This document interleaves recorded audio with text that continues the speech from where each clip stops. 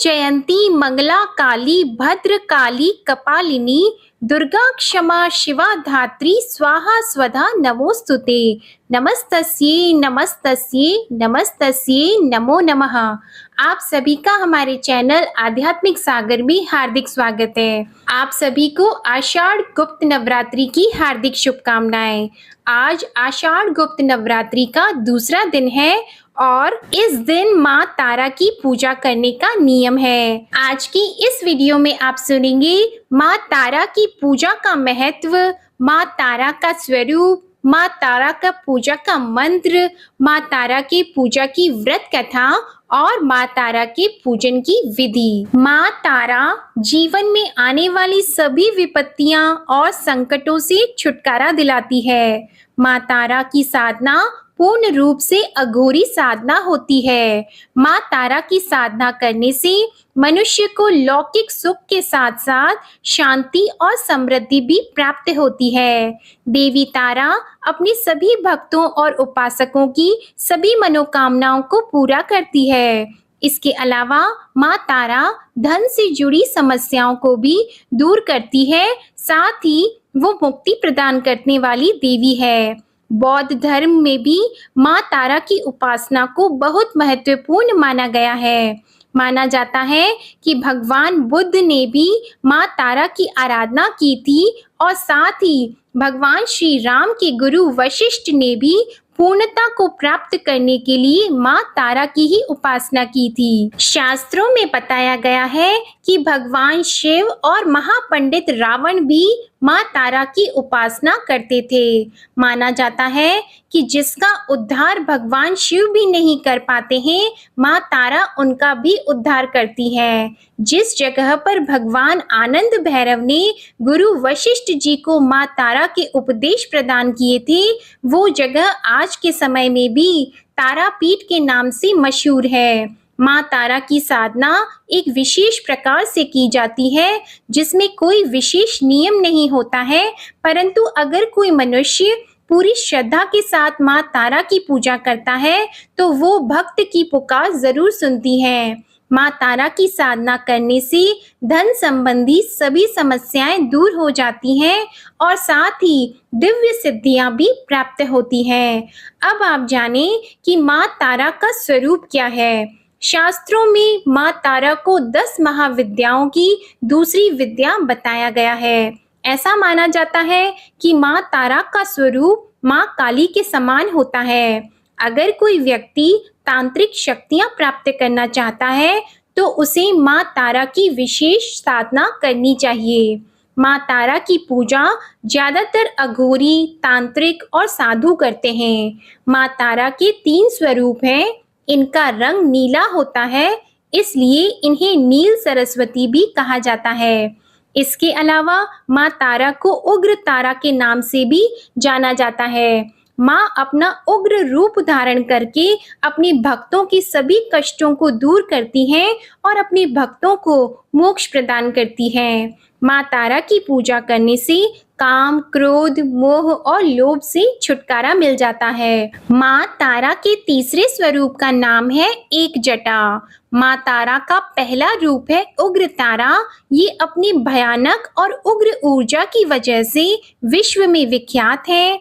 माँ उग्र तारा के अंदर समस्त तामसिक गुण मौजूद हैं और ये अपने भक्त की कठिन से कठिन परिस्थितियों में भी सहायता करती है। उग्र तारा किसी भी प्रकार के संकटों का नाश करती है और साथ ही बुद्धि, बल, विवेक को जागृत करके अपने भक्तों को विनाशकारी परिस्थितियों में भी पथ प्रदर्शन करती है और उनकी सहायता करती है। माँ तारा का दूसरा स्वरूप नील सरस्वती इस स्वरूप में पूरे ब्रह्मांड का ज्ञान समाहित कर लेती हैं। माँ नील सरस्वती आयुर्वेद, ज्योतिष, विज्ञान या कुछ और भी अज्ञात ज्ञान जो कि सामान्य बुद्धि के व्यक्ति की समझ से परे हैं, इन सभी चीजों को एकत्र करने के पश्चात जो स्वरूप बनेगा और जो ऊर्जा उत्पन्न होगी वह है देवी नील सरस्वती। देवी नील सरस्वती राजसिक गुणों से संपन्न है। नील सरस्वती देवी अपने ज्ञान और ऊर्जा से ज्वलंत शव को भी शिव का रूप देने में सक्षम है। माँ तारा का तीसरा स्वरूप है एक जटा। देवी एक जटा मोक्ष प्रदान करने वाली देवी है। माँ का यह स्वरूप सत्व गुणी है। देवी एक जटा शिव को अपनी जटाओं में धारण करके उन्हें मोक्ष प्रदान करने वाली देवी है। देवी एक जटा अपने सभी भक्तों को मृत्यु के पश्चात अपनी जटा में स्थान देती है और साथ ही उन्हें मोक्ष प्रदान करती है। अब आप जानें कि माँ तारा का मंत्र क्या है। आपको माँ तारा के इस मंत्र का नील कांच की माला से 12 माला जप करना है। यह मंत्र है ओम ह्रीम स्त्रीम होम फट। अब आप सुनेंगे माँ तारा की व्रत कथा। पौराणिक कथा के अनुसार देवी तारा का जन्म मेरु पर्वत के पश्चिम भाग में चोलना नदी के किनारे पर हुआ था। स्वतंत्र तंत्र के अनुसार देवी तारा की उत्पत्ति तट पर हुई थी। हयग्रीव नाम के दैत्य के वध हेतु देवी महाकाली ने ही नील वर्ण धारण किया था। महाकाल संहिता के अनुसार चैत्र शुक्ल अष्टमी तिथि में देवी तारा प्रकट हुई थी।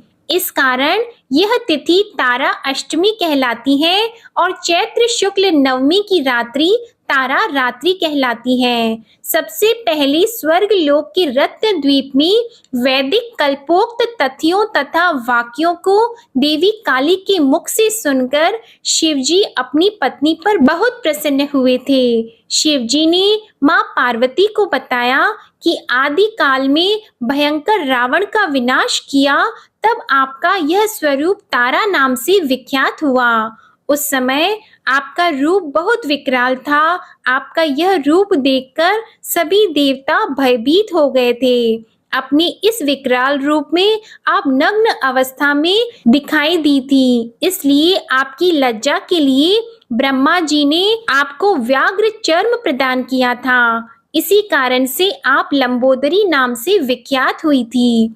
तारा रहस्य तंत्र के अनुसार भगवान राम केवल निमित्त मात्र ही थे और वास्तव में भगवान राम की विध्वंसक शक्ति देवी तारा ही थी, जिन्होंने लंकापति रावण का वध किया था। तो यह थी माँ तारा की व्रत कथा। अब आप यह भी जान लें कि माँ तारा की पूजा कैसे करें। माँ तारा की पूजा हमेशा रात्रि के समय ही की जाती है, इसलिए अगर आप माँ तारा की पूजा कर रहे हैं तो इसे हमेशा अर्धरात्रि या मध्य रात्रि में ही करें। माँ तारा की पूजा हमेशा एकांत कक्ष में ही करें, जहां आपके अलावा और कोई भी उपस्थित न हो। माँ तारा की पूजा करने से पहले आप स्नान करें। इसके पश्चात एक सफेद रंग की धोती धारण करें। माँ तारा की पूजा में कभी भी सिले हुए वस्त्र नहीं पहनने चाहिए। अब पश्चिम दिशा की ओर मुख करके बैठ जाएं। अब अपने समक्ष एक चौकी रखें और उस पर गंगा जल छिड़ककर उसे शुद्ध कर लें। अब चौकी पर गुलाबी रंग का कपड़ा बिछाएं और अब उस पर एक प्लेट में गुलाब के फूल रखें। अब चौकी पर तारा यंत्र की स्थापना करें और इस यंत्र के चारों तरफ चावल की 4 ढेरियां रखें।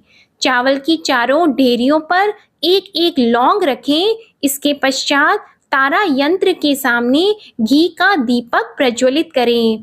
दीपक जलाने के पश्चात विधिवत माँ तारा के मंत्रों का जाप करें और मंत्र जाप करने के पश्चात श्रद्धा पूर्वक माँ तारा की कथा सुनें। माँ तारा की कथा सुनने के बाद माँ तारा की आरती उतारें और पूजा करने के पश्चात पूजा में इस्तेमाल की गई सभी सामग्री को किसी बहती हुई नदी में प्रवाहित कर दें या इन चीजों को पीपल के पेड़ के नीचे जमीन में गहरा खड्डा खोदकर दबा दें। इस प्रकार आप माँ तारा देवी की विधिवत पूजा संपन्न करें और माता रानी की कृपा से आपका व्रत भी सफल हो और आप पर और आपके परिवार पर माता रानी की कृपा सदैव बनी रहे। जय माता दी। तो यह थी आषाढ़ मास गुप्त नवरात्रि की संपूर्ण जानकारी। अगर आप आषाढ़ गुप्त नवरात्रि शिवरात्रि के तीसरे दिन की कथा भी सुनना चाहते हैं तो हमारे चैनल को सब्सक्राइब कर लें और बेल आइकन भी दबाएं, जिससे आपको सही समय पर नोटिफिकेशन मिल जाए। आपको यह वीडियो पसंद आई हो तो वीडियो को लाइक करके कमेंट सेक्शन में माता रानी की जय लिखना मत भूलिएगा। धन्यवाद।